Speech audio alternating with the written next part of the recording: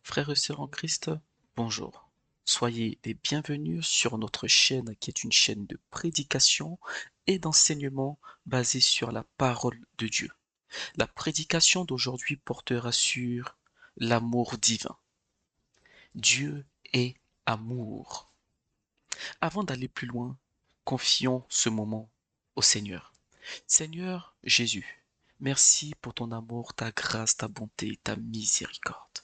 Merci pour tous tes bienfaits dans nos vies. Que ton règne vienne et que le cœur de tout auditeur, de toute auditrice soit disposé à recevoir ta parole et qu'elle porte du fruit dans nos vies par l'œuvre du Saint-Esprit pour ta gloire au nom de Jésus-Christ. Amen. L'amour de Dieu. Dieu est amour. Ça sera le sujet de notre prédication. Nous allons commencer par une introduction et pour définir l'amour, euh, l'amour aussi selon la parole de Dieu. Aujourd'hui, nous distinguons différents types d'amour. Par exemple, lorsque vous dites que vous aimez quelqu'un, ce n'est pas ce n'est pas le même type d'amour que lorsque vous dites que vous aimez un plat ou que vous aimez un sport.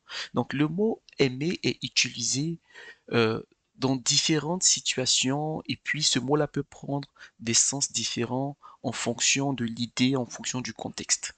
Donc les trois principaux types d'amour qu'on distingue aujourd'hui sont l'amour éros, l'amour philéo et l'amour agapé. Donc l'amour éros est ce type d'amour qui représente l'amour passionné, l'amour érotique. C'est l'amour romantique, euh, l'amour entre un homme et une femme. Si on veut parler d'amour éros en s'appuyant sur la parole de Dieu, on dira que c'est l'amour, par exemple, qu'il y a eu entre Samson et Dalila. Donc, c'est un amour qui est entièrement charnel, c'est un amour qui est impulsif. Voilà. C'est un amour qui est érotique. Donc, euh, d'où le mot amour éros. Euh, le coup de foudre, par exemple, peut être défini comme, peut être défini comme étant un amour éros.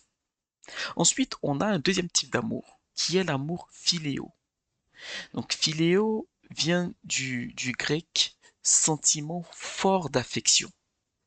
Donc c'est un amour qu'il y a entre amis, entre compatriotes.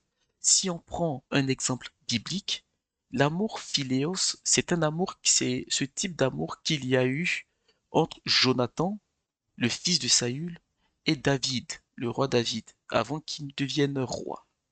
Donc là, on parle d'amour philéo. Ensuite, le troisième type d'amour qui est euh, euh, euh, euh, très important, c'est l'amour agapé. L'amour agapé, c'est tout simplement l'amour divin. Il est difficile pour un homme ou pour une femme d'avoir un amour agapé. C'est pourquoi on dit que c'est un amour divin, parce que dans la Bible, la, la, la, la, la, la situation où on voit l'amour agapé se manifester, c'est lorsque Dieu donne la vie de son Fils unique. Voilà. Donc, un homme peut manifester aussi cet amour agapé, euh, mais il faut qu'il soit conduit. Parce que dans 99% des cas, lorsque nous manifestons un amour, c'est un amour qui est intéressé. Donc l'amour agapé, c'est un amour qui donne gratuitement. L'amour agapé, c'est cet amour-là qui donne en réalité sans rien attendre en retour, sans profit personnel. C'est un amour inconditionnel. C'est un amour parfait. C'est un amour parfait. Donc, voici un peu la définition de l'amour. Comme je l'avais dit, cette prédication va plus s'accentuer sur l'amour agapé. On ne va pas trop développer l'amour éros et l'amour philéo. Parce que le titre de la prédication, c'est Dieu est amour. Donc l'amour que Dieu manifeste pour nous, il se rapproche plus de l'amour agapé, et ce n'est pas un amour éros, ce n'est pas un amour philéo, c'est un amour agapé. Ou encore, l'amour agapé se rapproche le plus de l'amour divin. Dieu a manifesté son amour pour nous depuis l'Ancien Testament jusqu'à aujourd'hui. Et Dieu continue de manifester son amour pour l'humanité. L'amour, c'est une notion très subjective, très subjective. L'amour est une notion relative.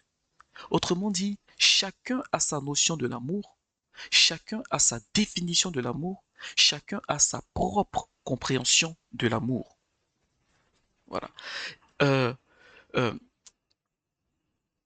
de même que nous, êtres humains, hommes et femmes, nous avons nos compréhensions, notre compréhension singulière, particulière de l'amour, on ne peut pas commencer un enseignement, ce type d'enseignement-là, avec toutes les notions de l'amour.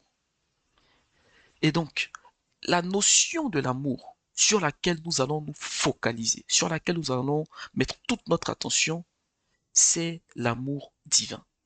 Et de la même manière que nous avons notre propre notion de l'amour, Dieu aussi a sa notion de l'amour. Dieu a sa définition de l'amour. Dieu a sa compréhension de l'amour. Moi qui suis un homme, je ne pourrais pas dire que ma compréhension de l'amour est meilleure que la compréhension de l'amour d'un autre, qu'il soit chrétien ou pas. Et on ne peut pas dire que l'amour d'un homme est au-dessus de l'amour d'une femme ou l'amour d'une femme est au-dessus de l'amour d'un homme, parce que chacun a sa compréhension de l'amour. Mais une chose est sûre, c'est que Dieu étant l'être au-dessus de tout, sa compréhension de l'amour est systématiquement au-dessus de toutes les autres compréhensions de l'amour. Et la preuve, c'est que nous avons l'amour ou nous pouvons avoir l'amour. Mais la Bible ne nous dit pas que Dieu a l'amour, mais la Bible nous dit que Dieu est l'amour. C'est-à-dire que de la même façon que nous pouvons avoir l'amour, nous pouvons perdre l'amour. On peut aimer un plat aujourd'hui et ne pas l'aimer demain. On peut aimer une personne aujourd'hui et ne plus l'aimer quelque temps après. Parce que l'amour peut savoir, l'amour peut se perdre. Mais Dieu ne perd pas l'amour parce que Dieu, la Bible ne dit pas qu'il a l'amour, mais la Bible dit qu'il est amour. Donc, nous allons nous concentrer sur l'amour selon Dieu. Et nous allons considérer que c'est la meilleure définition de l'amour et la meilleure compréhension de l'amour véritable. Donc, pour ce faire, nous allons lire dans 1 Corinthiens chapitre 13, versets 1 à 7 et le verset 13. La parole de Dieu nous dit: quand je parlerai les langues des hommes et des anges, si je n'ai pas la charité, si je suis un airain qui résonne et ou une cymbale qui retentit, et quand j'aurai le don de prophétie, la science de tous les mystères et toute la connaissance, quand j'aurai même toute la foi jusqu'à transporter des montagnes, si je n'ai pas la charité, je ne suis rien. Et quand je distribuerai tous mes biens pour la nourriture des pauvres, quand je livrerai même mon corps pour être brûlé, si je n'ai pas la charité, cela ne me sert de rien. On va faire une petite pause. Dans cette première partie, du verset 1 au verset 3, c'est très intéressant parce que la parole de Dieu ne commence pas par nous dire ce qu'est l'amour. La parole de Dieu nous dit ce que n'est pas l'amour. Ou encore, la parole de Dieu met en avant le fait que l'amour ne se limite pas à des actions. Vous pouvez faire des actions, mais au fond de vous, si vous n'avez pas ce sentiment d'amour, lorsque la parole de Dieu ici utilise le terme charité, il s'agit de l'amour. Celui qui a l'amour peut faire des dons. Mais celui qui fait des dons sans avoir l'amour, ces dons ne servent à rien. Vous pouvez avoir à l'esprit d'avoir un projet de construire un orphelinat, c'est un très bon projet. C'est un très bon projet.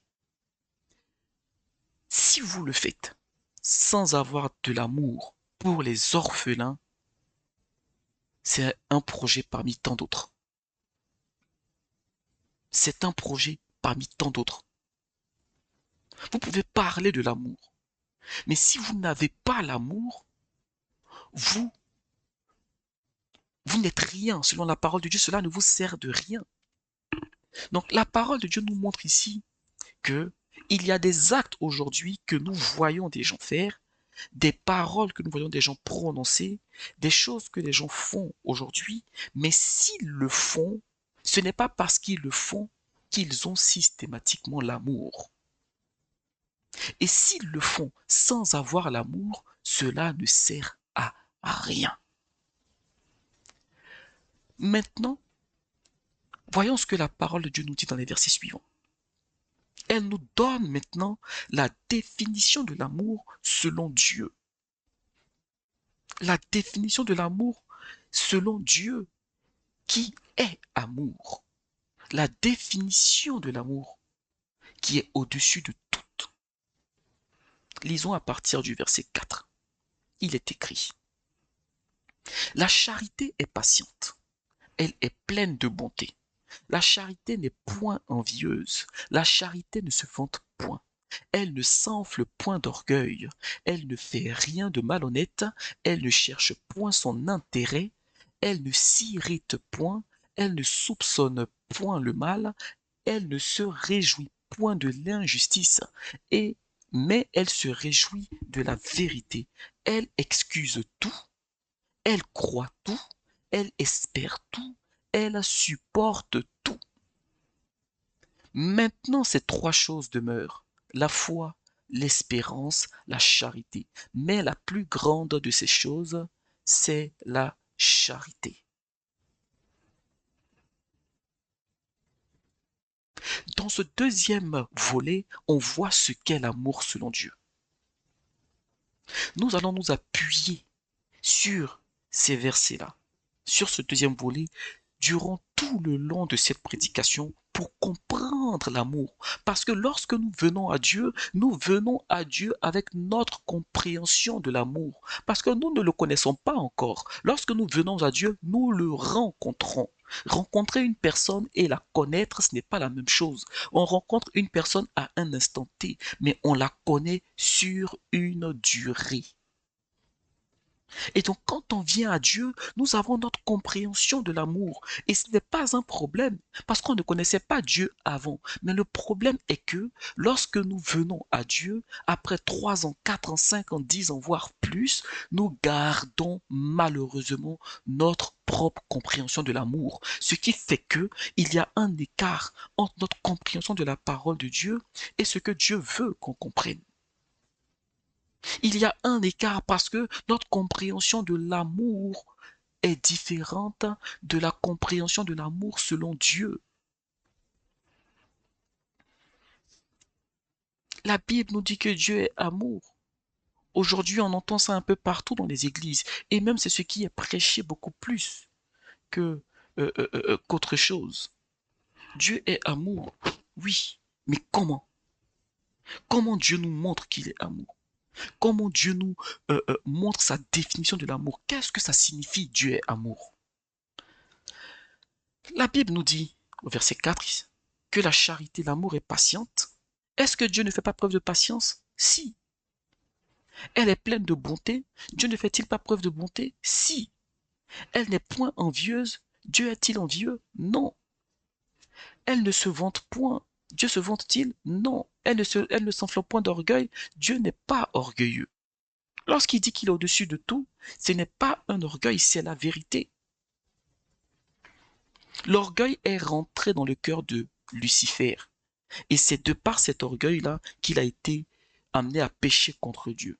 Mais à partir du moment où l'orgueil est rentré dans son cœur, il n'y avait plus l'amour de Dieu en lui.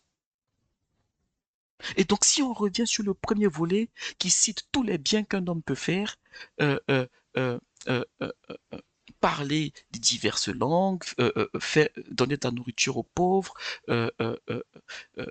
donner sa vie même pour des gens, avoir la connaissance de tous les mystères, tout ce qu'un homme peut faire de bien.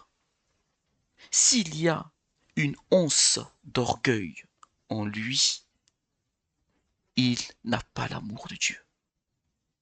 Il a peut-être l'amour d'autre chose, il a peut-être l'amour de sa personne, l'amour de l'argent, l'amour de la gloire, mais il n'a pas l'amour de Dieu parce que selon la définition de la Bible, Dieu considère que si nous avons son amour, on ne peut pas avoir en nous l'orgueil. On ne peut pas être malhonnête au verset 5. On ne cherche plus notre intérêt, mais tout ce qu'on fait, en tout cas dans l'œuvre, on le fait pour la gloire de Dieu. Elle ne se réjouit point de l'injustice, mais elle se réjouit de la vérité. Si vous êtes homme de Dieu, ou leader, ou enseignant, l'une des preuves que vous avez l'amour de Dieu en vous est votre amour pour la vérité. La vérité, c'est la parole de Dieu. Donc, lorsque la parole de Dieu dit oui, vous restez sur le oui. Lorsque la parole de Dieu dit non, vous restez sur le non. C'est l'une des preuves que vous avez l'amour de Dieu en vous. Mais à partir du moment où vous rentrez dans le dilemme de cacher certaines vérités ou d'adapter certaines vérités pour ne pas que les gens partent de l'assemblée ou autre, danger. Il y a un gros danger. Parce que lorsque la vérité du Seigneur arrive, elle arrive comme une épée à double tranchant. Elle fait une séparation, elle ne fait pas de compromission. Donc nous devons avoir cette compréhension de l'amour de Dieu. Lorsque nous manifestons de l'amour de Dieu, il ne doit pas se trouver en nous de l'orgueil. Et ça, c'est un grand combat. Mais l'orgueil ne disparaît pas du jour au lendemain. Et l'amour de Dieu ne s'impose pas ou n'arrive pas dans notre vie du jour au lendemain. Non, elle est comme une graine. Elle est comme une graine, c'est-à-dire que Dieu dépose son amour en nous au début et à nous de faire ce qu'il faut en méditant sa parole, en priant, en cherchant sa face, en cherchant à faire sa volonté par nos choix de tous les jours, en cherchant à lui plaire, en cherchant à le connaître encore plus. C'est dans ces choses-là que l'amour de Dieu dans notre cœur grandit. Et la graine semée dans notre cœur devient euh, euh, euh, une plante et au fur et à mesure, ça peut devenir un arbre. Mais les racines seront de plus en plus ancrées dans notre cœur. Nous avons souvent cru que l'amour de Dieu était manifesté uniquement par le biais de Jésus-Christ à la croix. Nous allons voir que Dieu a manifesté son amour depuis bien longtemps dans la parole de Dieu. Dans plusieurs situations, dans plusieurs passages de la parole de Dieu, la Bible nous montre que Dieu a manifesté son amour. Il a manifesté son amour pour nous. Ça ne date pas d'aujourd'hui. Alléluia. Donc, cette première partie, après l'introduction, c'est l'amour de Dieu manifesté. Commençons par lire dans le Nouveau Testament, Jean chapitre 1 Jean chapitre 4, versets 7 et 8. La parole de Dieu dit, bien-aimés, aimons-nous les uns les autres, car l'amour est de Dieu. Et quiconque aime est né de Dieu et connaît Dieu. Celui qui n'aime pas n'a pas connu Dieu, car Dieu est amour. Verset 8 de 1 Jean chapitre 4. La Bible dit, celui qui n'aime pas n'a pas connu Dieu. Si vous avez 20 ans de conversion, 40 ans de conversion et que vous êtes raciste, un blanc qui n'aime pas les noirs ou un noir qui n'aime pas les blancs ou Si vous avez ces problèmes-là dans votre cœur, sachez-le au moins votre état. Celui qui n'aime pas n'a pas connu Dieu, car Dieu est amour. Le racisme, c'est un exemple. Si vous avez des tendances à dénigrer des personnes parce qu'elles sont dans un rang social moins élevé que le vôtre, ce n'est pas l'amour. Ce n'est pas l'amour. Et donc, comment faire? Ce n'est peut-être pas agréable d'entendre, mais comment faire quand on reconnaît que on a ce sentiment-là en soi, ce complexe de supériorité ou autre? C'est prier Dieu et demander au Saint-Esprit, voilà, j'ai ça dans mon cœur, aide-moi à aimer, apprends-moi à aimer. C'est comme ça qu'on grandit avec le Seigneur. Personne ne vient à Dieu avec un amour agapé déjà dans son cœur. Personne ne vient à Dieu. Chacun aura ses raisons pour détester un tel autre. Mais Dieu nous demande d'aimer. Dieu nous demande d'aimer et il nous dit que si nous n'aimons pas, nous ne l'avons pas connu.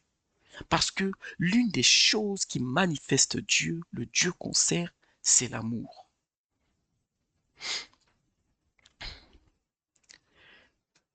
La plus grande manifestation de l'amour de Dieu, de tous les temps, la plus grande manifestation de l'amour de Dieu, c'est Jésus-Christ à la croix, l'agneau de Dieu qui ôte le péché du monde.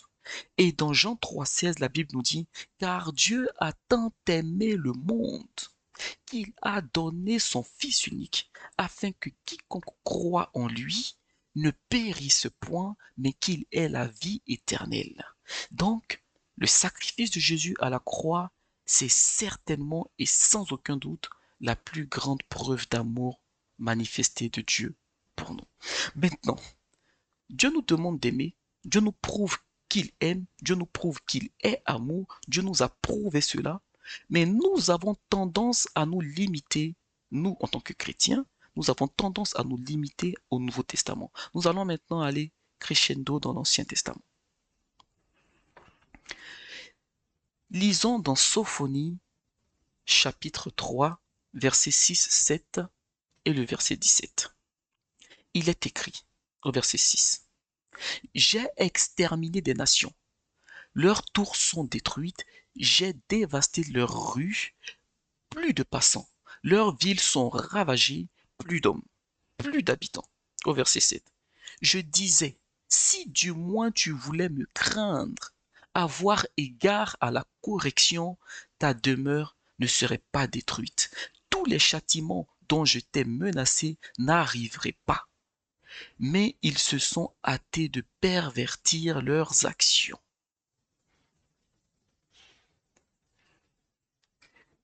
Au verset 17. L'Éternel ton Dieu est au milieu de toi. Donc, Sophonie chapitre 3, verset 17. L'Éternel ton Dieu est au milieu de toi comme un héros qui sauve. Il fera de toi sa plus grande joie. Il gardera le silence dans son amour. Il aura pour toi des transports d'allégresse. On voit ici dans Sophonie qu'au verset 6 au verset 7, Dieu dit qu'il a envoyé des châtiments. Mais à ce moment-là, Dieu est toujours amour.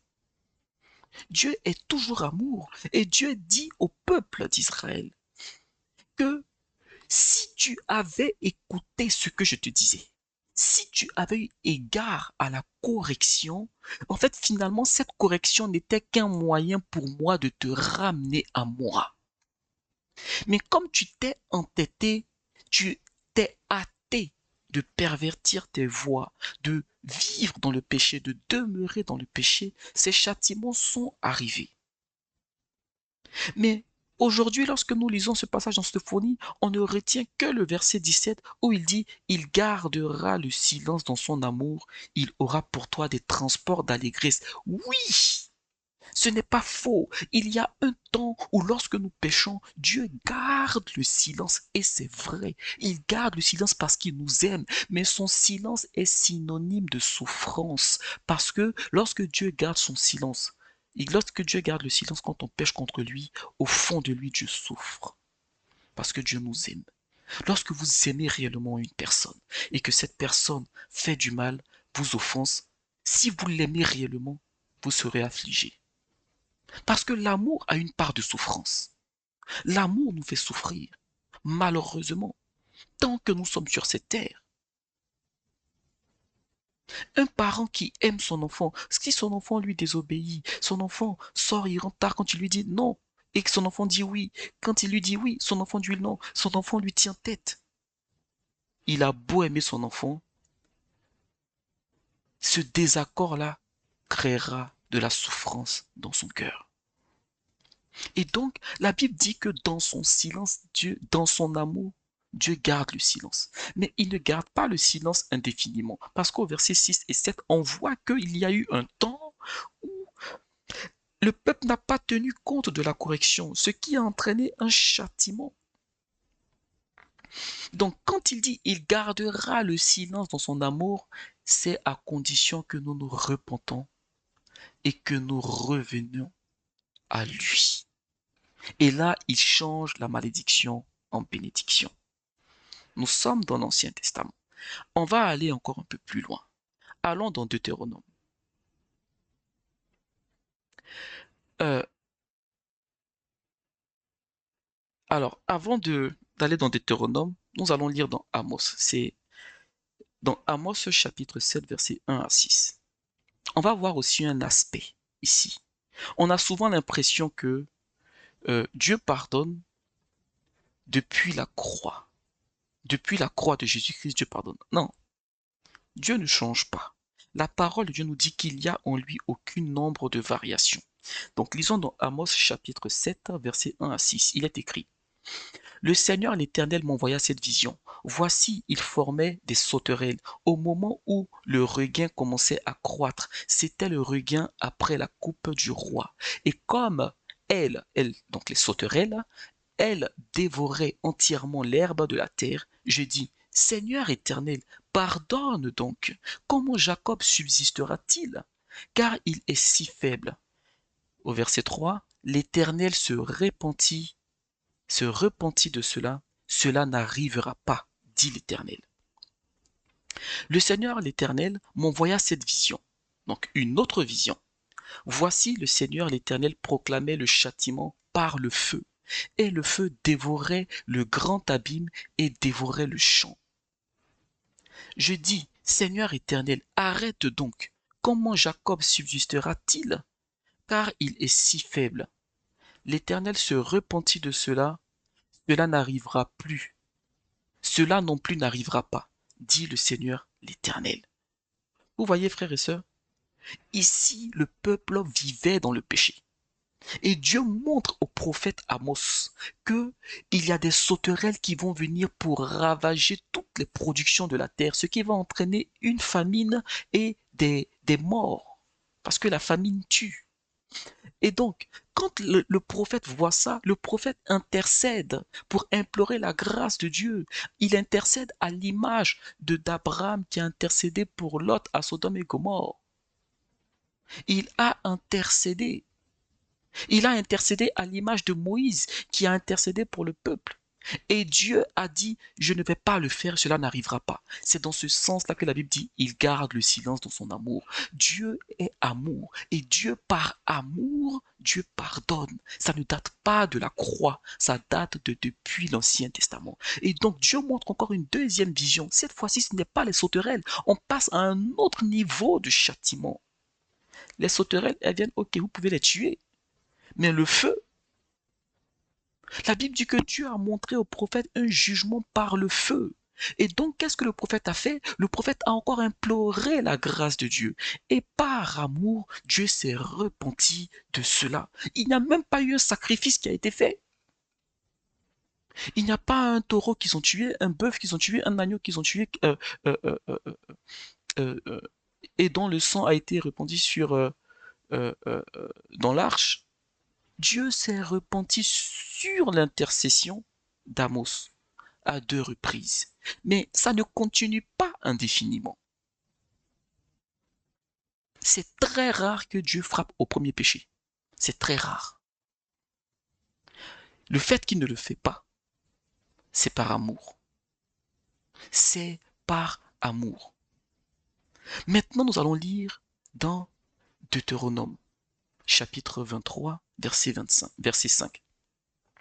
Il est écrit, mais l'Éternel ton Dieu n'a point voulu écouter Balaam, et l'Éternel ton Dieu a changé pour toi la malédiction en bénédiction parce que tu es aimé de l'Éternel ton Dieu, Israël. Que s'est-il passé?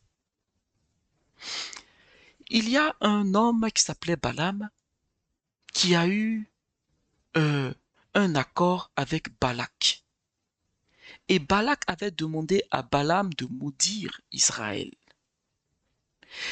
Donc, la Bible dit, lorsqu'il voulait maudire Israël, Dieu ne l'a pas écouté. Et à cause du fait que Dieu aimait et que Dieu a aimé et que Dieu aime Israël, Dieu a changé cette malédiction en bénédiction. Par quoi? Par amour. Dieu nous protège de beaucoup d'attaques, de beaucoup de malédictions dans le monde spirituel. Il le fait par amour. Par moments, nous sommes chrétiens, on ne prie pas avant de dormir, on peut faire 2, 3 jours, souvent on ne lit pas la Bible et Dieu nous protège. Il y a des chrétiens qui ont vécu des épreuves, qui ne savent pas comment ils s'en sont sortis et ça n'a été que par la grâce de Dieu. Mais cette grâce-là, elle est accordée par amour. On va aller un peu plus loin. Lisons maintenant dans Genèse chapitre 6, versets 5 à 9. Donc là, on va encore dans une situation avant même Moïse, dans une, dans une époque antérieure à Moïse. Et on va voir que Dieu manifestait déjà son amour. Donc Genèse chapitre 6, versets 5 à 9, la Bible nous dit, l'Éternel vit que la méchanceté des hommes était grande sur la terre et que toutes les pensées de leur cœur se portaient chaque jour uniquement vers le mal. Verset 6.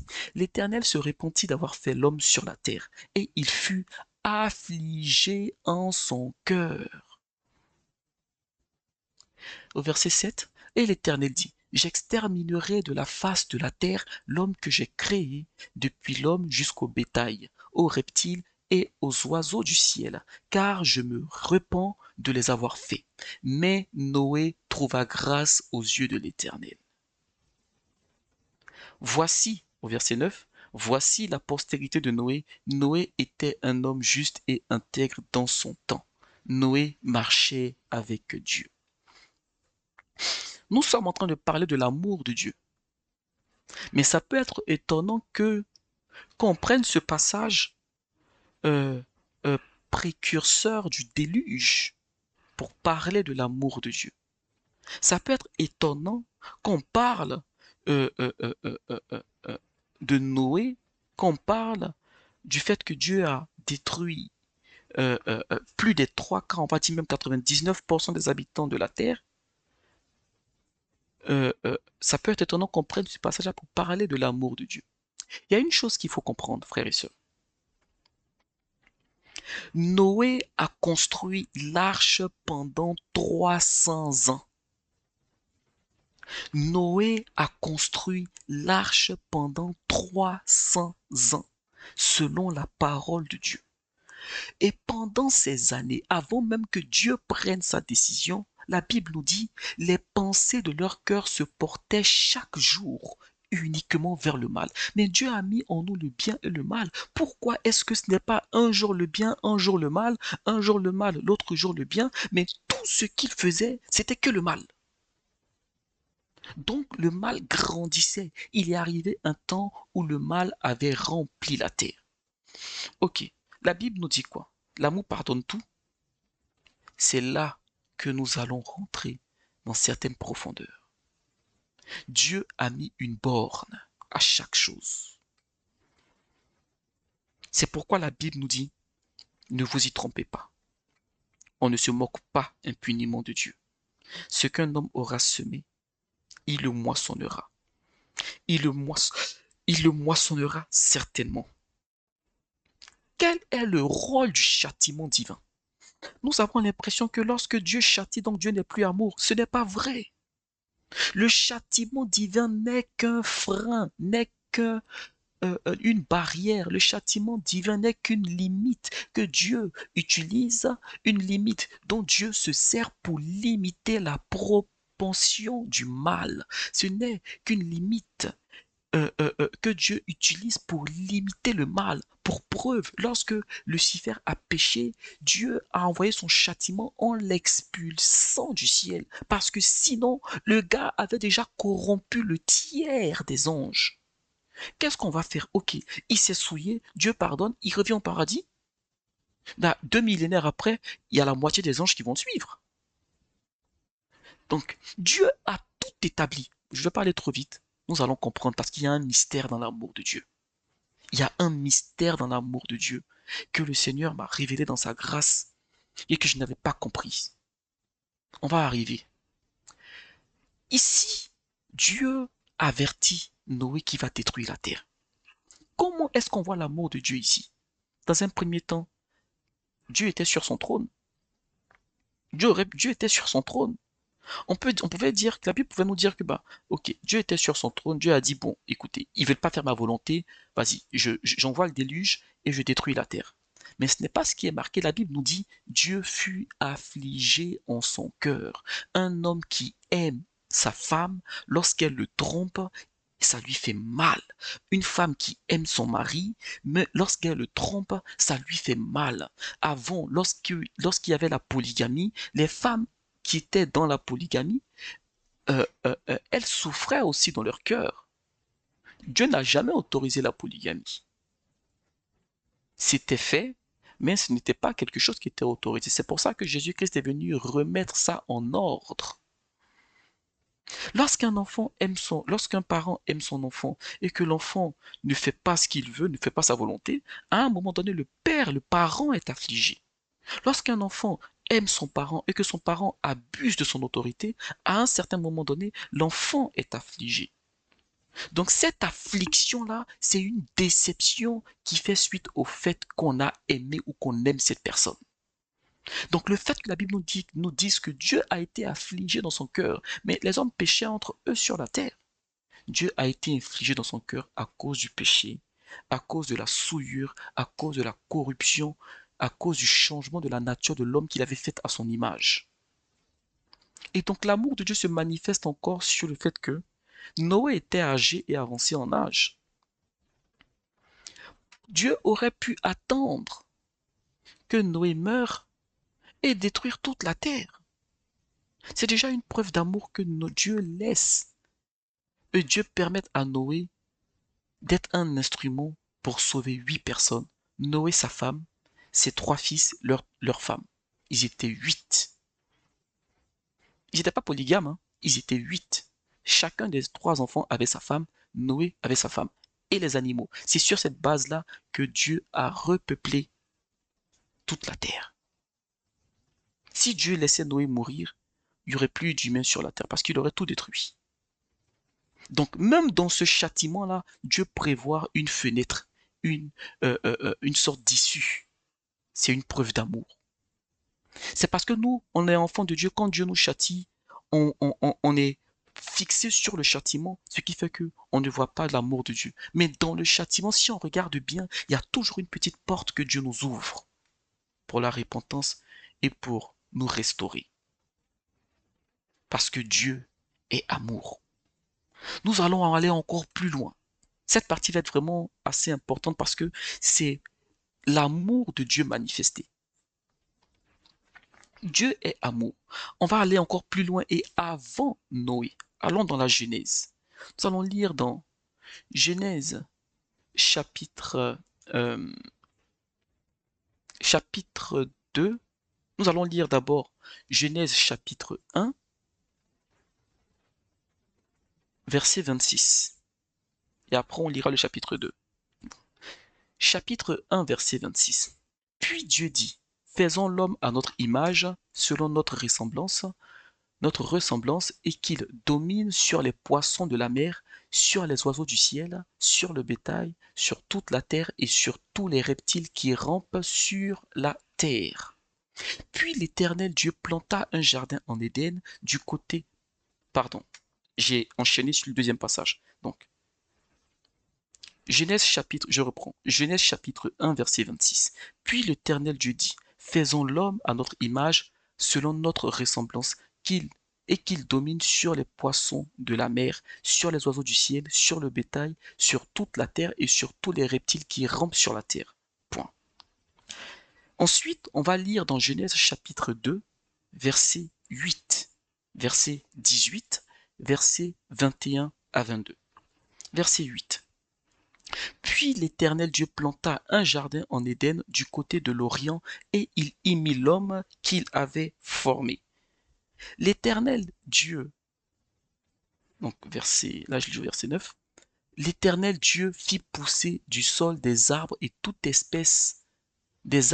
espèce, agréables à voir et bons à manger, et l'arbre de la vie au milieu du jardin, et l'arbre de la connaissance du bien et du mal. Verset 18. L'Éternel Dieu dit, il n'est pas bon que l'homme soit seul, je lui ferai une aide semblable à lui. Verset 21. 21 et 22, je vais lire. Alors l'Éternel Dieu fit tomber un profond sommeil sur l'homme, qui s'endormit. Il prit une de ses côtes et renferma la chair à sa place. L'Éternel Dieu forma une femme de la côte qu'il avait prise de l'homme et l'amena vers l'homme. Donc nous avons vu ce passage des 2 chapitres de la Genèse. Dans la première partie, on a vu que Dieu a fait l'homme à son image. Ce qui est très important ici, c'est pourquoi Dieu avait créé l'homme. Lorsque Dieu a créé l'homme, Dieu avait déjà passé 5 jours à créer la lumière, à créer les animaux sur la terre, dans la mer, à séparer la lumière des ténèbres. Dieu avait fait beaucoup de choses. Lorsqu'on parle de 5 jours, ce n'est pas 24 heures. Parce que le premier jour déjà, Dieu n'avait pas encore Dieu n'avait pas encore mis les luminaires, donc le soleil, la lune, tout ça. Ça veut dire que une journée, ça pouvait être 1000 ans. Voilà. Donc c'est important de comprendre, ce n'est pas 24 heures de nous, 24 heures humains. Dieu prend son temps, Dieu n'est pas pressé par le temps. Donc, lorsque Dieu a fait toute cette création, il a créé l'homme. Ensuite, il a soumis cette création à l'homme. Il a demandé à l'homme de nommer les animaux.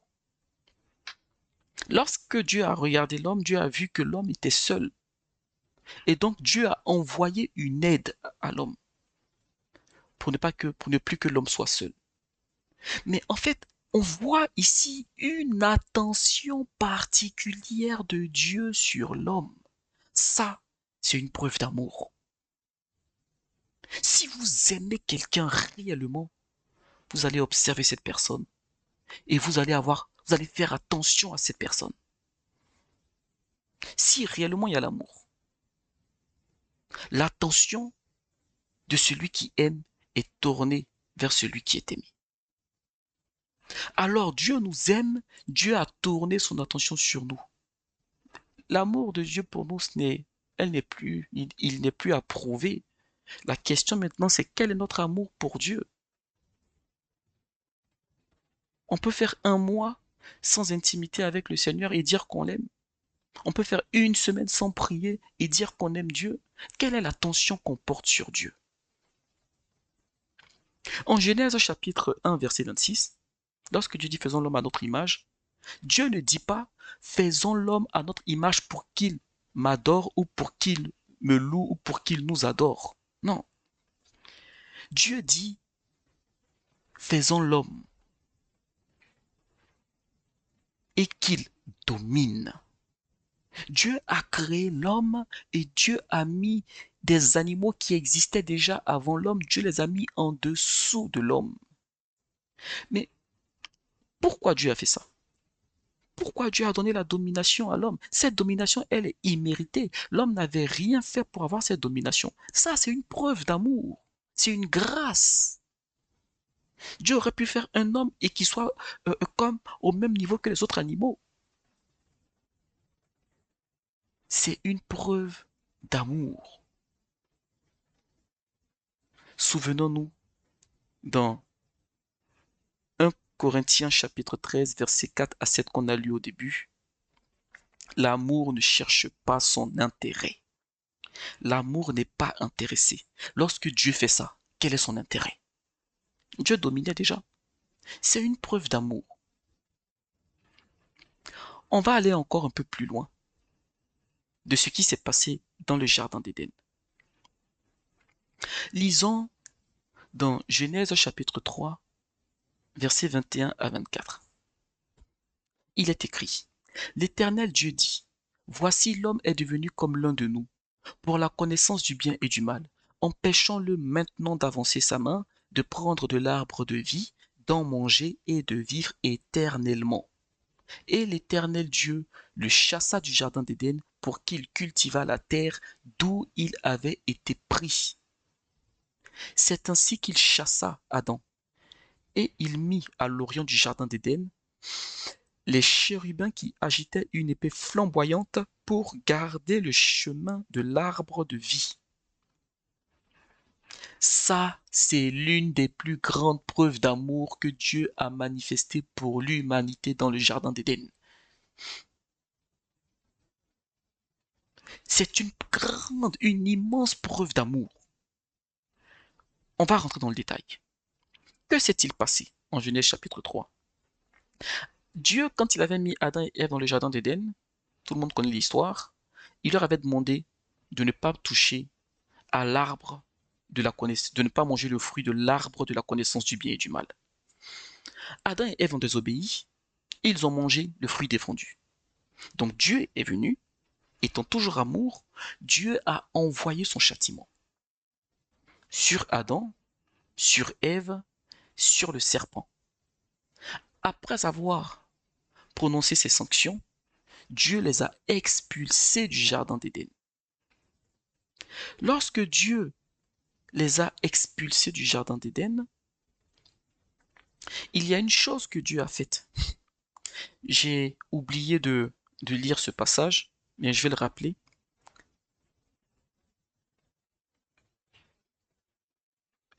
C'était dans Genèse chapitre euh, euh, 3, verset 21. J'ai oublié d'afficher le verset 21.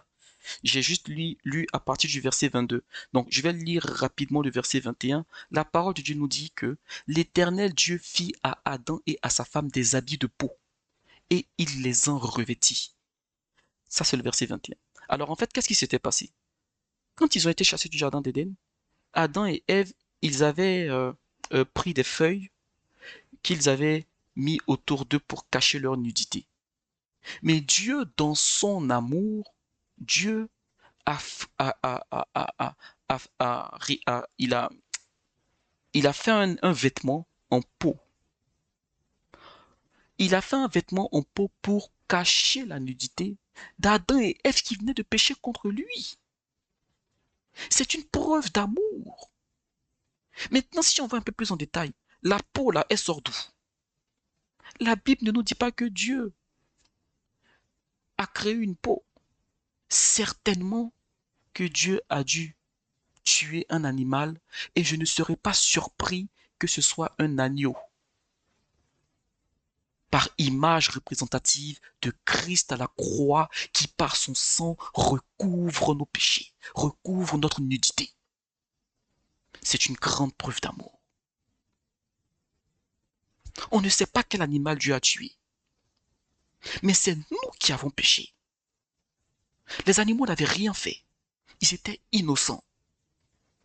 Dieu nous a tellement aimés qu'il a donné son Fils unique. Dieu avait tellement aimé Adam et Ève qu'il a dû pour la première fois faire couler le sang d'un de ces animaux qu'il avait créés pour couvrir la nudité d'Adam et Ève. Dieu nous aime. Ça ne date pas d'aujourd'hui. Et donc, lorsque Dieu a fait ça, Dieu a couvert cette nudité dans son amour. Adam et Ève étaient expulsés, mais il y a une chose mystérieuse que Dieu fait. Dieu envoie deux chérubins avec une épée flamboyante, ça veut dire une épée en feu, une épée enflammée, pour garder l'entrée du jardin d'Éden. La Bible nous dit pourquoi? Pour ne pas que Adam retourne manger l'arbre de vie et qu'il vive éternellement. C'est ce que la parole de Dieu nous dit. Dieu l'a chassé. Et Dieu a mis des chérubins pour ne pas qu'ils retournent manger l'arbre de vie et qu'ils vivent éternellement. Maintenant, pourquoi Dieu a fait ça? Ok, Dieu est amour. Ils ont péché. Dieu les a expulsés. Pourquoi Dieu les empêche de retourner manger l'arbre de vie? Frères et sœurs, si Dieu ne faisait pas ça, Jésus-Christ ne serait pas venu à la croix mourir pour nous. Je répète, si Dieu n'avait pas empêché Adam et Ève par le biais de ses chérubins, si Dieu ne les avait pas empêchés de remanger à l'arbre de vie, Jésus-Christ ne serait pas venu pour nous à la croix. Ça veut dire que notre salut aurait été hypothéqué. Lorsqu'Adam et Ève ont mangé le fruit défendu, le péché est rentré en eux. S'ils retournaient manger l'arbre de vie, ils allaient vivre éternellement. C'est ce qui est marqué en Genèse chapitre 22. Genèse chapitre 3, verset 22. Empêchons-le maintenant d'avancer sa main, de prendre l'arbre de vie, d'en manger et de vivre éternellement. Parce que si l'homme mangeait et qu'il vivait éternellement, il aurait été un pécheur éternel. Alors, il n'aurait plus eu de ressemblance avec Dieu. Il aurait été pécheur éternel comme Satan. Il aurait été pécheur éternel. Un pécheur temporaire, c'est quelqu'un qu'on peut sauver. Un pécheur éternel, c'est quelqu'un qu'on ne peut plus sauver. Maintenant, Jésus-Christ n'allait pas pouvoir venir sauver un pécheur éternel. Parce qu'il y a des règles et des principes spirituels. Ok, on va aller au bout de la réflexion. Si Dieu ne faisait pas ça, Adam mangeait. Très bien. Adam était immortel. Ève était immortelle. Caïn était immortel. Abel était immortel. Donc toute la suite était immortelle. Mais tous des pécheurs. Des pécheurs immortels. Jésus-Christ, il allait venir comment? Il venait par Marie. Ok. Il n'allait pas aller à la croix. Parce que lui aussi, il aurait été immortel. Vous voyez? Il a fallu que Dieu ferme pour que l'homme reste un pécheur mortel. Et donc, c'est par la mort à la croix de Jésus-Christ que le mortel sauve les mortels. C'est un mystère.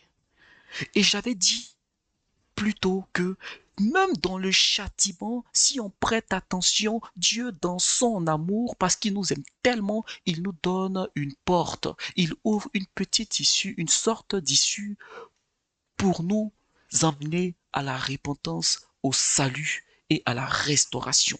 Donc lorsque Dieu chasse Adam et Ève de jardin d'Éden, lorsque Dieu met sur eux des sanctions, lorsque Dieu les expulse, Dieu met les chérubins déjà, c'est une porte ouverte à la croix. C'est une porte ouverte au salut. Dieu est en train de dire, ok, vous avez perdu ce salut-là, mais je vous mets dans un châtiment, dans une punition, dans une sanction, dans une situation où si vous faites ma volonté, vous revenez de vos mauvaises actions, vous aurez la possibilité de retrouver ce que vous avez perdu. Vous aurez la possibilité de retrouver plus que ce que vous avez perdu.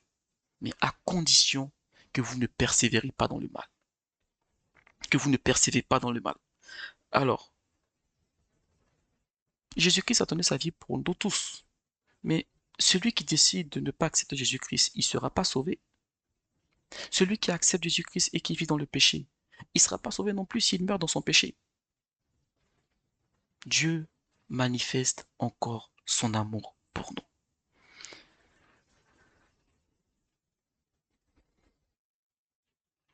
Je vais prendre un temps pour expliquer quelque chose dans l'Apocalypse. Donc là, nous allons revenir dans le Nouveau Testament pour appuyer cela. Apocalypse chapitre 5, versets 1 à 6. La parole de Dieu nous dit: Puis je vis dans la main droite de celui qui était assis sur le trône un livre écrit en dedans et en dehors, scellé de 7 sceaux. Et je vis un ange puissant qui criait d'une voix forte, qui est digne d'ouvrir le livre et d'en rompre les sceaux? Et personne dans le ciel, ni sur la terre, ni sous la terre ne put ouvrir le livre, ni le regarder. Verset 4. Je pleurai beaucoup de ce que personne ne fut trouvé digne d'ouvrir le livre et de le regarder. Et l'un des vieillards me dit, ne pleure point, voici, le lion de la tribu de Juda, le rejeton de David, a vaincu pour ouvrir le livre et ses 7 sceaux. Et je vis au milieu du trône et des 4 êtres vivants, et au milieu des vieillards, un agneau qui était là comme immolé. Il avait 7 cornes, 7 yeux, qui sont les 7 esprits de Dieu envoyés par toute la terre. Alléluia. Dans ce passage, Dieu fait une révélation à l'apôtre Jean. Et Dieu lui montre une scène profonde qui s'est déroulée spirituellement dans le royaume de Dieu. Dieu était sur son trône avec les 24 vieillards, avec ses chérubins autour de lui. Et Dieu avait dans sa main un livre écrit à l'intérieur et à l'extérieur. Mais ce livre était enroulé et il était scellé de 7 sceaux, qui sont des attaches. Et donc un ange a dit, qui est digne d'ouvrir le livre et d'en rompre les sceaux? La Bible dit, personne. Sur la terre, dans le ciel, sous la terre. En gros, dans l'existence, il n'y avait personne, excepté celui qui était assis sur son trône. Tous ceux qui étaient autour, personne ne pouvait ouvrir le livre. Personne, personne, personne. Alors, ce qui est intriguant, c'est un livre qui est tenu. Pourquoi est-ce que Jean a pleuré? Parce qu'au verset 4, il est écrit « Je pleurais beaucoup ». Ok, c'est très bien, c'est un livre que personne n'est capable d'ouvrir. Pourquoi est-ce que tu pleures, Jean? Lorsque nous rentrons dans le monde spirituel, c'est-à-dire que dans l'esprit, lorsque Dieu nous fait des révélations dans des songes, dans des visions, la compréhension spirituelle est développée, elle est plus importante, plus considérable, plus forte que la compréhension humaine du cerveau. La compréhension spirituelle, c'est un autre niveau. Donc Jean a compris spirituellement ce qu'était ce livre. C'est pourquoi il a pleuré, pas de joie mais de tristesse. Pourquoi est-ce que Jean a pleuré? Parce que c'était le livre pour le sort de l'humanité. Le livre pour la condamnation de l'humanité. Ce livre-là, c'était le livre qui l'humanité était condamnée. L'humanité était condamnée. Et il fallait une personne spirituellement pour libérer l'humanité. Et donc, Jean aussi était humain. Donc, Jean était concerné par ce livre. C'est pourquoi Jean pleurait. Le vieillard qui était à côté, il pleurait pas.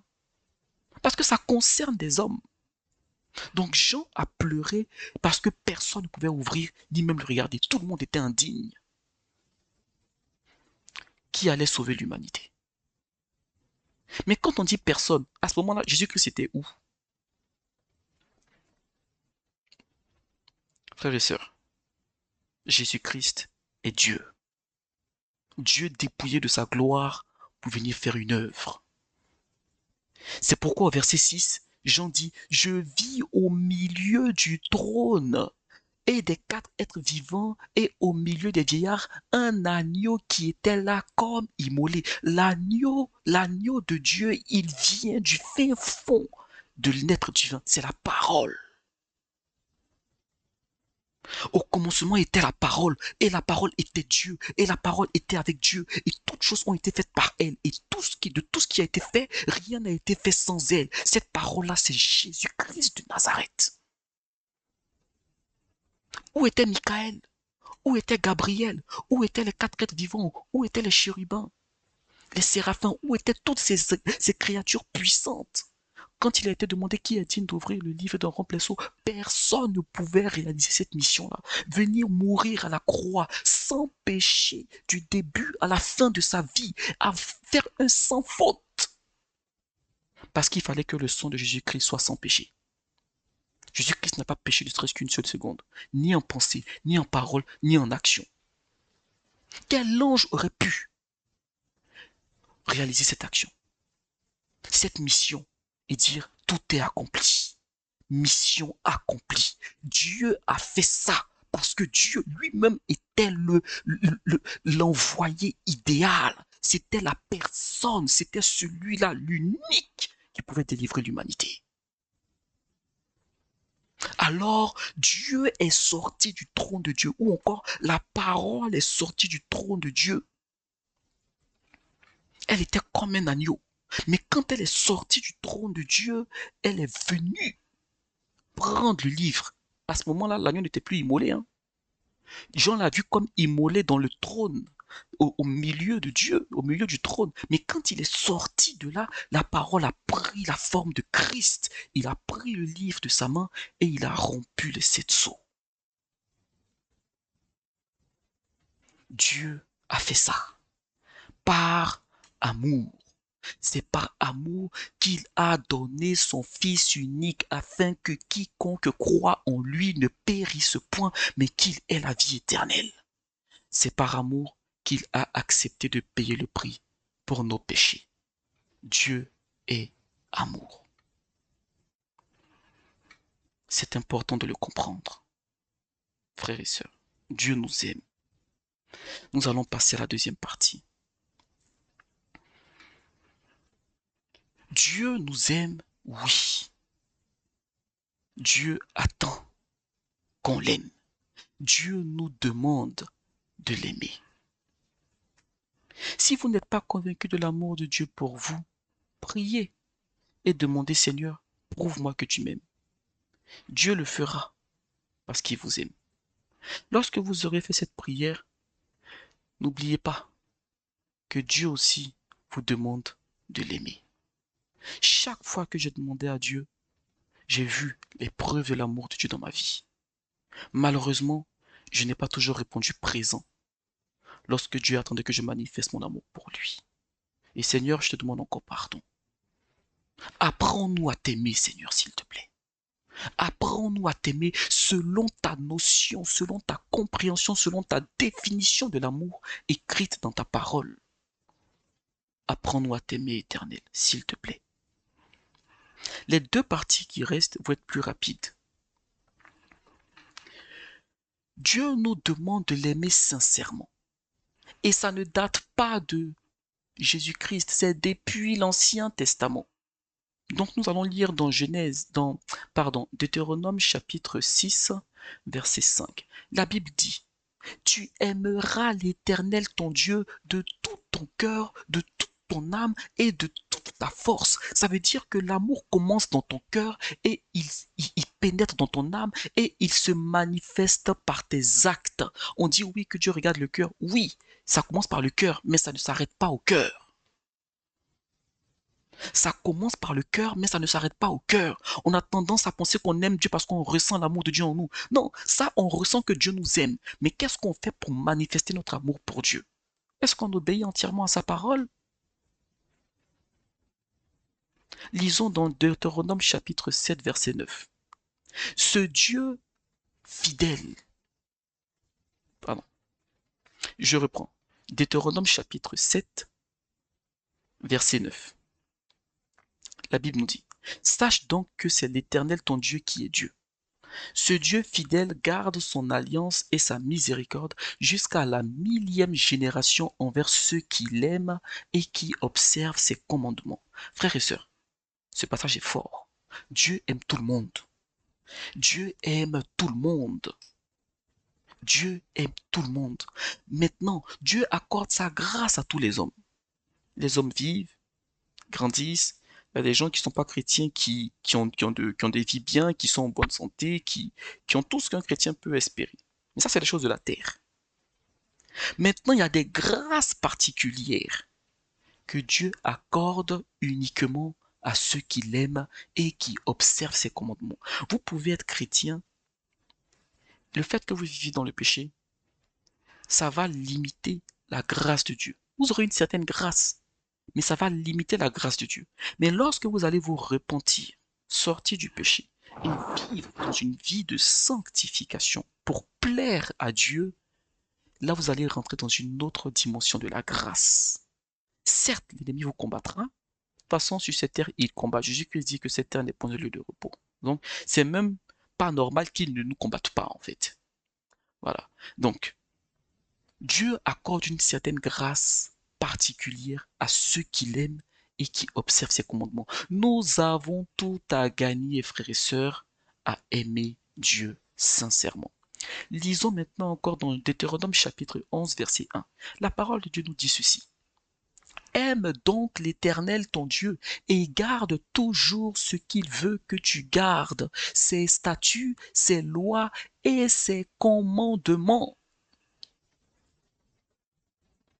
Garde tout ce qu'il veut que tu gardes. L'amour de Dieu ne s'arrête pas au fait que, oui, Dieu a donné sa vie à la croix pour nous. Oui, Dieu nous aime, Jésus-Christ nous aime, nous sommes aimés de l'Éternel et on prend la parole de Dieu et on prend toutes les bénédictions, on se laisse accaparer et puis finalement souvent on vit même le contraire de ce qu'on espère et après 5 ans, et après 10 ans, et après 15, 20 ans, c'est la même chose. On a l'impression que tout est bloqué. Oui, mais il y a une condition sine qua non qui n'est pas respectée. Il y a une condition, c'est-à-dire que l'amour va dans les deux sens.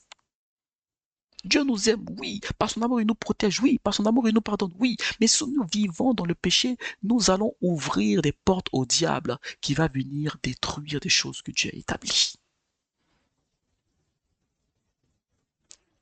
Dieu nous aime et il attend qu'on l'aime aussi. Et si on l'aime, dans sa parole, on garde ses statuts, ses lois et ses commandements. Quand je parle de statut, loi et commandement, nous ne sommes plus sous la loi, nous sommes sous la grâce. Mais avec le Saint-Esprit, il y a des choses de la loi qui sont encore d'actualité. Dieu dit tu honoreras ton père et ta mère, c'est sous la loi. Mais nous sommes sous la grâce. Est-ce qu'on ne va plus honorer son père et sa mère? Sous la loi, ils ne mangeaient pas, par exemple, le cochon. Mais aujourd'hui, sous la grâce, on peut manger. Il y a des choses qui étaient faites sous la loi, qui dépendaient exclusivement de la loi, mais il y a des choses aujourd'hui qui sont sous la grâce, qui sont propres à la grâce. C'est pourquoi Jésus-Christ dit, je ne suis pas venu annuler, je suis venu accomplir. Donc, il y a des choses de la loi de l'Ancien Testament qui demeurent dans le Nouveau.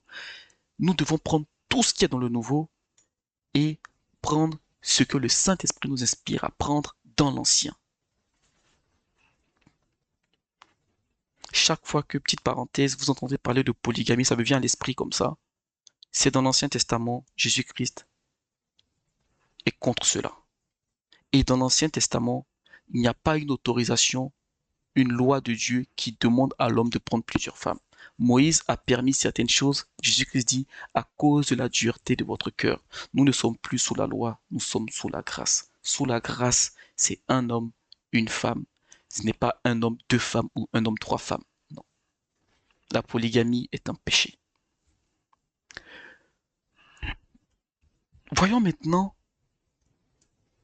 ce que Dieu nous dit. Mais avant, euh, nous allons lire deux petits passages dans dans l'Ancien Testament. Il est écrit dans Daniel chapitre 9, verset 4. Je priai l'Éternel mon Dieu, et je lui fis cette confession. Seigneur, Dieu grand et redoutable, toi qui gardes ton alliance et qui fais miséricorde à ceux qui t'aiment et qui observent tes commandements. Vous avez vu, frères et sœurs? Toi qui gardes ton alliance et qui fais miséricorde à qui? À ceux qui t'aiment et qui observent tes commandements. Pas à tout le monde. Il accorde une certaine grâce à tout le monde. Il accorde une autre grâce particulière, spécifiquement à ceux qui l'aiment et qui gardent ses commandements. On ne peut pas dire qu'on aime Dieu et ne pas garder ses commandements. Vous ne pouvez pas dire que vous aimez quelqu'un et le tromper. On ne peut pas dire qu'on aime une personne et le trahir. L'amour ne soupçonne pas le mal. Dans d'autres versions, il est dit, l'amour ne médite pas le mal. L'amour ne fait pas le mal. L'amour ne trahit pas. L'amour ne trompe pas. Si vous trahissez, que vous trompez, vous cherchez votre propre intérêt. Nous sommes tous arrivés à Dieu abîmés. Ce n'est pas un jugement, ce n'est pas une condamnation. Au contraire, c'est une exhortation et un encouragement à prendre conscience. On voit le problème et on apporte le problème à Dieu. Seigneur, j'ai tel problème, je sais que tu m'aimes, je t'en supplie, pardonne-moi mes péchés, aide-moi. Pardonne-moi ce que j'ai commis comme péché. Aide-moi, Seigneur. Aide-moi, Saint-Esprit. Remplis-moi et aide-moi à t'aimer et à garder tes commandements. Ce genre de prières-là, Dieu les aime quand elles viennent du fin fond du cœur. Psaume chapitre 97, verset 10. Il est écrit, vous qui aimez l'Éternel, haïssez le mal. Il garde les âmes de ses fidèles, il les délivre de la main des méchants. Vous qui aimez l'Éternel, haïssez le mal. Vous aimez l'Éternel dans votre cœur, ça doit se traduire par vos actions. Vous aimez l'Éternel dans votre cœur, ne vivez pas dans le péché. Vous aimez l'Éternel dans votre cœur, rejetez toute compromission. La parole de Dieu nous montre cela. Nous allons voir maintenant quelques passages du Nouveau Testament. On va aller rapidement là dans le Nouveau Testament. Donc, nous allons lire dans Jean chapitre 14, verset 15. Il est écrit, c'est Jésus-Christ qui parle. Si vous m'aimez, gardez mes commandements.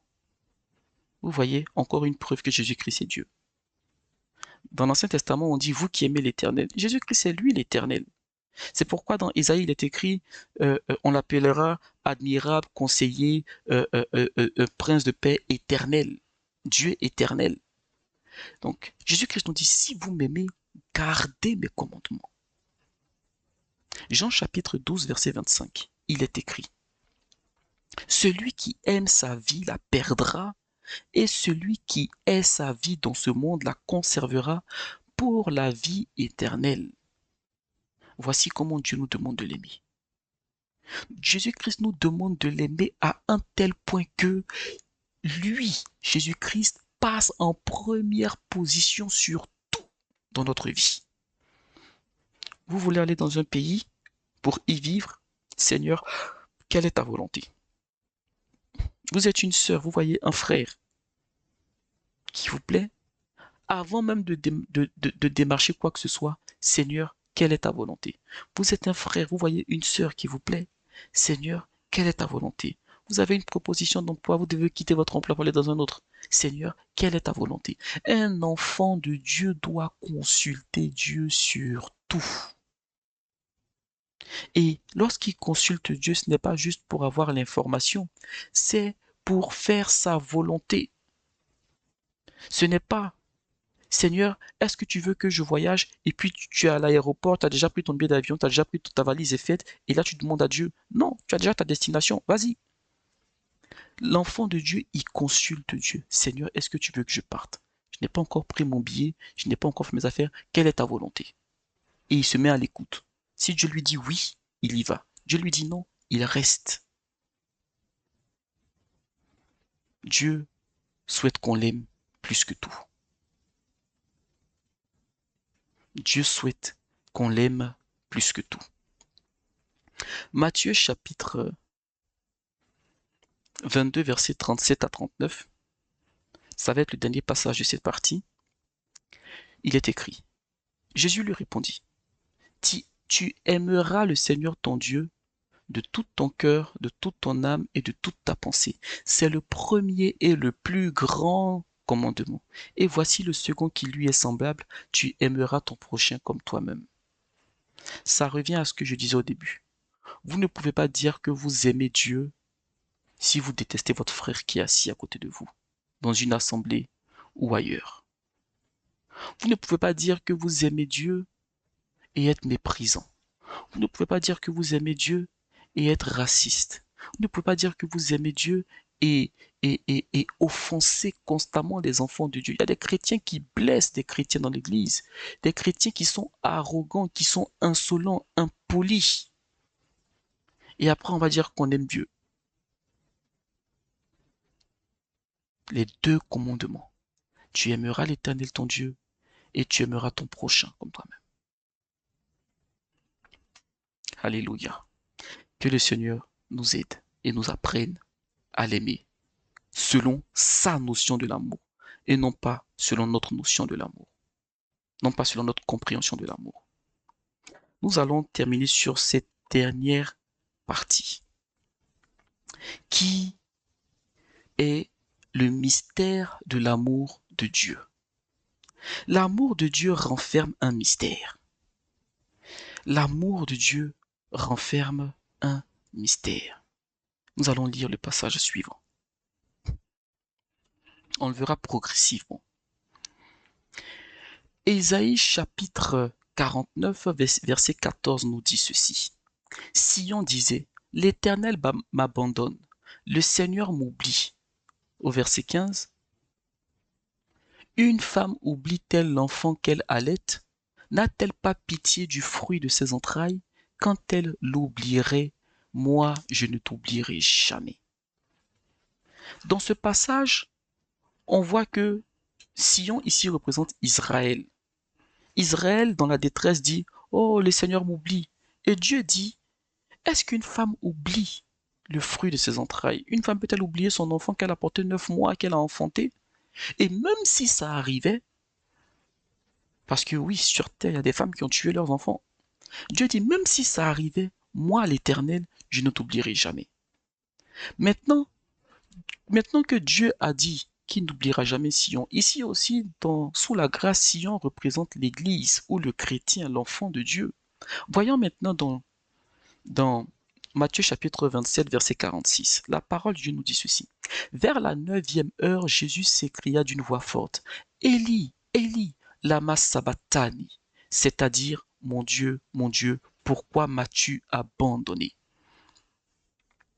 Voyons maintenant ce que nous pouvons en tirer de cela. Frères et sœurs, Dieu dit qu'il n'abandonne pas Sion. Dieu dit qu'il n'abandonnera pas ses enfants, qu'il n'abandonnera pas l'Église. Et pourtant, ce même Dieu-là nous dit, dans la parole, on voit un passage où, lorsque Jésus-Christ a eu la transfiguration, lorsqu'il a été transfiguré avec, il y avait Pierre, Jacques et Jean à côté, ils ont entendu une voix qui a dit, « Celui-ci est mon fils bien-aimé en qui j'ai mis toute mon affection. » Ça veut dire que Jésus-Christ a reçu toute l'affection de Dieu. Et pourtant, dans Matthieu chapitre 27, verset 46, Jésus-Christ dit, Élie, Élie, lama sabachthani, ce qui signifie, mon Dieu, pourquoi m'as-tu abandonné? Ça veut dire que si Dieu est arrivé à abandonner celui qui a toute son affection, à combien plus forte raison Dieu peut-il nous abandonner aussi? Pourtant, la parole de Dieu nous dit que Dieu ne nous abandonnera jamais. Je l'avais dit une fois déjà dans une prédication et je le redis. Lorsque Dieu nous donne ses paroles, elles sont conditionnées. Et le Saint-Esprit nous révèle ces conditions. Si Dieu ne met pas de conditions, il n'y aura de limite à rien. Les gens vont prendre le péché pour envoyer le péché au paradis. Donc, il y a des conditions. Dieu dit, qu'il n'abandonne pas. Et pourtant, on voit, Jésus-Christ dit, pourquoi m'as-tu abandonné? Ce passage révèle un mystère de l'amour de Dieu. Mais avant d'aller plus loin dans ce mystère, regardons quelques passages de l'Ancien Testament. Lisons dans Lévitique. Là, j'ouvre une parenthèse. Lisons dans Lévitique, chapitre 11, verset 45. Il est écrit, c'est Dieu qui parle. Car je suis l'Éternel qui vous ai fait monter du pays d'Égypte pour être votre Dieu et pour que vous soyez saints. Car je suis saint. Je vous ai fait sortir de l'Égypte pour que vous soyez saints. Avant de vous envoyer en terre promise, avant de vous sauver, l'objectif c'était que vous soyez saints. La sanctification que vous avez perdue par Adam et Ève dans le jardin d'Éden, je veux vous rendre saints parce que je suis moi-même saint. Et ceux qui s'approchent de moi, ils doivent aussi être saints. Sinon, ils ne peuvent pas s'approcher de moi car il est écrit, sans la sanctification, nul ne verra Dieu. Lévitique chapitre 20 verset 7, il est écrit, sanctifiez-vous donc et soyez saints car je suis l'Éternel votre Dieu. Donc Dieu a insisté sur la sanctification. dans l'Ancien Testament. On est toujours dans la parenthèse que j'ai ouverte. Voyons maintenant quelques passages du Nouveau Testament. Romains chapitre 5, verset 5. Il est écrit: Or, l'espérance ne trompe point, parce que l'amour de Dieu est répandu dans nos cœurs par le Saint-Esprit qui nous a été donné. Donc, on voit ici que lorsque le Saint-Esprit vient habiter en nous, ce sentiment qu'on ressent, c'est qu'on sent qu'on est enfant de Dieu, on sent que Dieu nous aime. C'est le Saint-Esprit qui manifeste cela. Mais c'est qui? C'est le Saint-Esprit. Il est saint. Mais il peut arriver que par nos péchés, le Saint-Esprit parte de notre vie. Jésus-Christ nous montre aussi euh, euh, euh, euh, dans une parabole où l'esprit impur est parti et quand il est revenu, il a vu la maison balayée, ornée mais vide. La maison était balayée, ornée mais vide. C'est notre vie. Ça veut dire que le Saint-Esprit vient faire un travail, mais beaucoup d'entre nous, malheureusement, on n'a pas appris à garder la présence du Saint-Esprit. Et étant donné qu'il est saint, qu'il est Saint-Esprit, il ne demeure pas longtemps là où il y a le péché. Donc, il part et l'ennemi vient faire ses affaires. 1 Thessaloniciens, chapitre 4, verset 3, il est écrit: Ce que Dieu veut, c'est votre sanctification, c'est que vous vous absteniez de l'impudicité. Hébreux chapitre 12, verset 14, il est écrit: Recherchez la paix avec tous et la sanctification sans laquelle personne ne verra le Seigneur.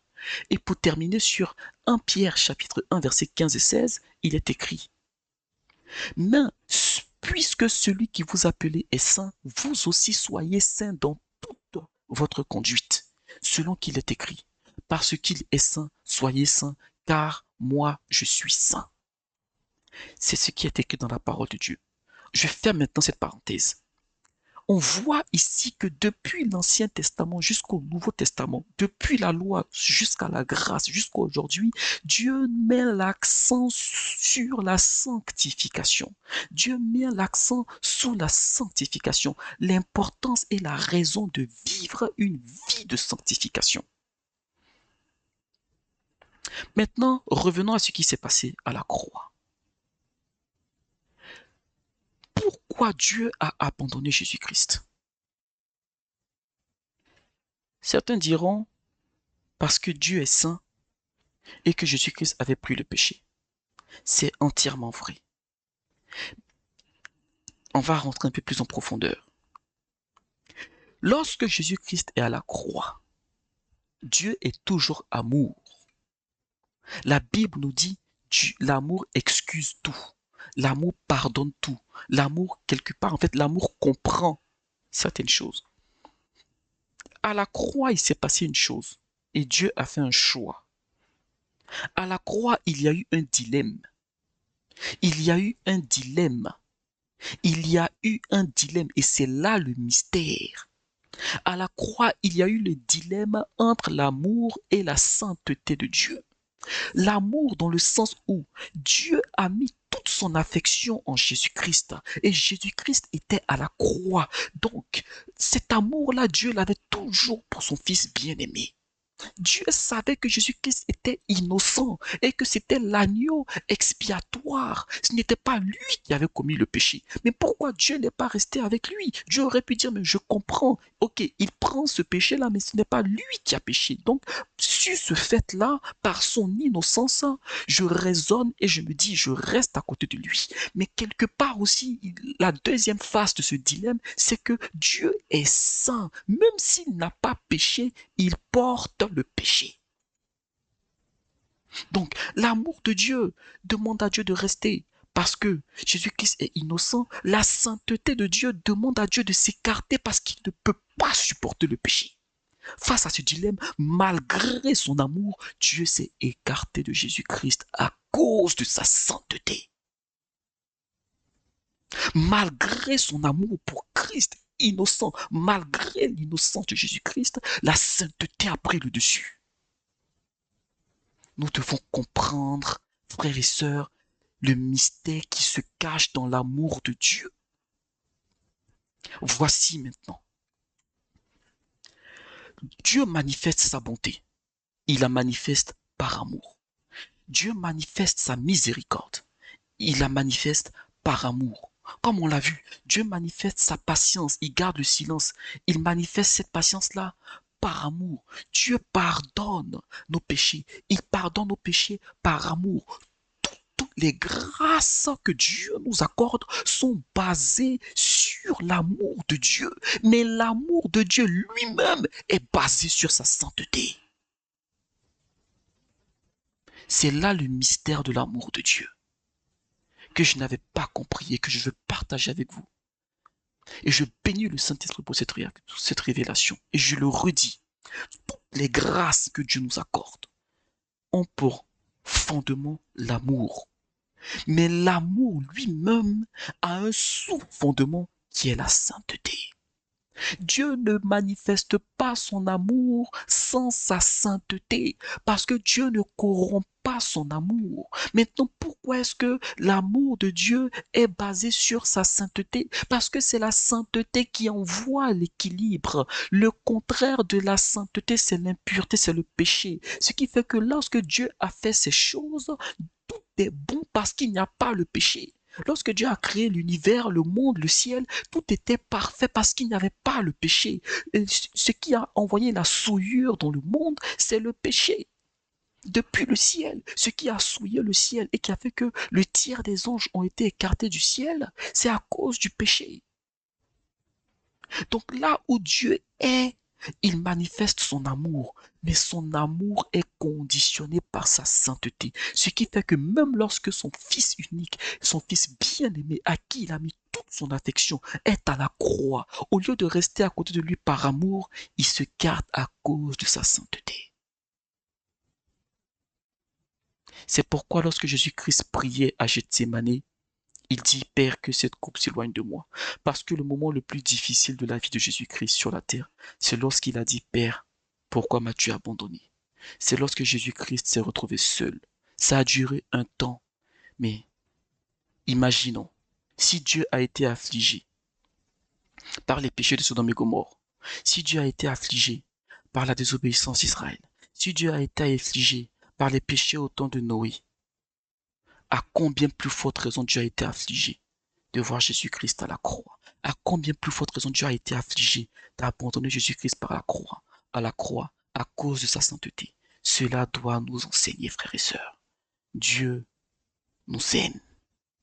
Il nous accorde ses grâces. Toutes ces grâces, il nous les accorde par amour. Mais lorsqu'on commence à aimer Dieu, à tisser une relation, une intimité avec lui, à rentrer en profondeur, on comprend que au fin fond de l'amour de Dieu, si l'amour de Dieu c'est comme l'océan, le fin fond de l'océan, c'est la sainteté de Dieu qui y est. Si l'amour de Dieu c'est un puits, le fin fond de ce puits, c'est la sainteté de Dieu. Si l'amour de Dieu c'est un œuf, le jaune d'œuf, c'est la sainteté de Dieu. La sainteté de Dieu, c'est le soubassement, c'est la base, c'est le fondement de l'amour de Dieu. C'est pourquoi la Bible dit que Dieu est amour. Mais la Bible nous dit que Dieu est saint, saint, saint. Alléluia. Que le Seigneur nous bénisse. Père, merci pour ton amour, ta grâce, ta bonté et ta miséricorde.